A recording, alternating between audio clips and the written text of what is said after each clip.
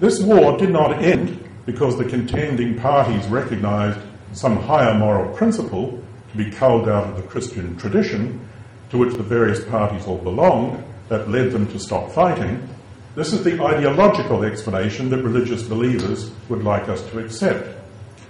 Rather, the contending parties recognised, as any games theorist would, that the degree of destruction wrought by the war was wrought by the war indicated that it was time to call it quits.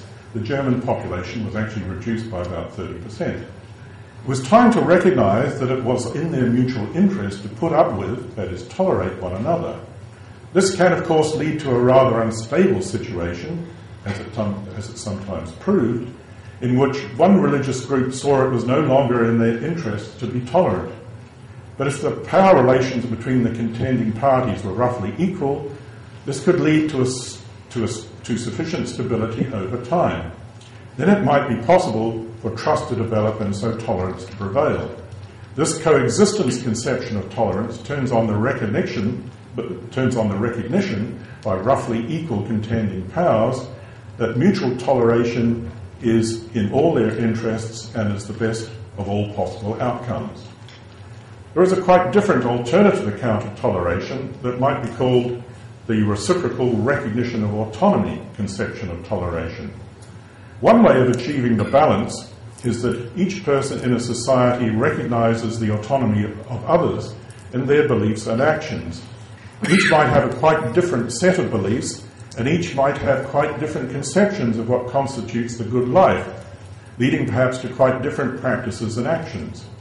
But what is required is that each recognise the autonomy of others concerning their beliefs and actions, even when this involves matters to which one has objections, and perhaps strong objections.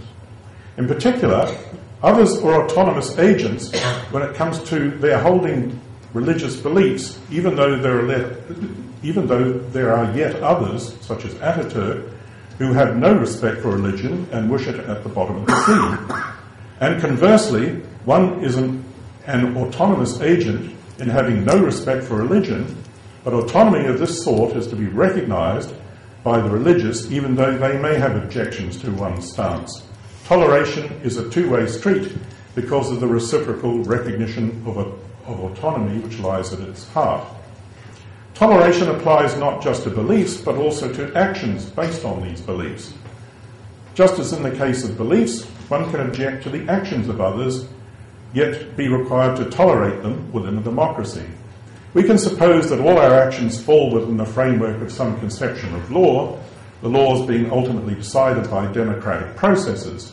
These processes can, of course, be quite contentious, as are revealed by the considerable differences over abortion, civil marriages, euthanasia, in some countries the right to leave a religion, and so on. What is important here is that whatever the outcomes of the democratic process, tolerance will be required in the case where one still has objections to that outcome. Some of these issues can involve deeply held beliefs on the part of the religious, who may then demand respect for their beliefs and who might feel offended if they are not given the respect they think they deserve. But being offended provides no grounds for any restriction whatever on the freedom of speech that underpins the democratic process. In the context of a reciprocal recognition of autonomy, conception of tolerance, a secularized notion of respect, that is, respect to, can be invoked. Tolerance involves only respect to, that of the respect given through the recognition of the autonomy of others, in particular their rights and liberties. It does not involve other kinds of respect, and may even involve absence of these kinds of respect or positive disrespect.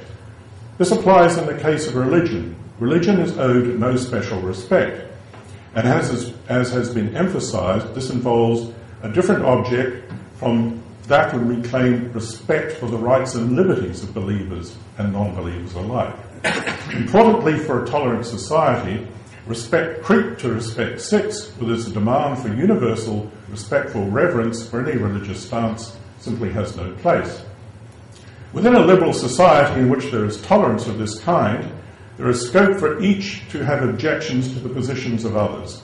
There is no scope for suppression of any sort or restriction on freedom of speech, nor is there scope for the universal demand of respect for any one point of view, nor is there scope for a mindless respect which encompasses all points of view, especially since these are often inconsistent with one another. So this concludes my case for two claims. One, tolerance is a superior political ideal to that of respect, and a superior virtue as well. Secondly, tolerance is quite consistent with according religion no respect. Thank you.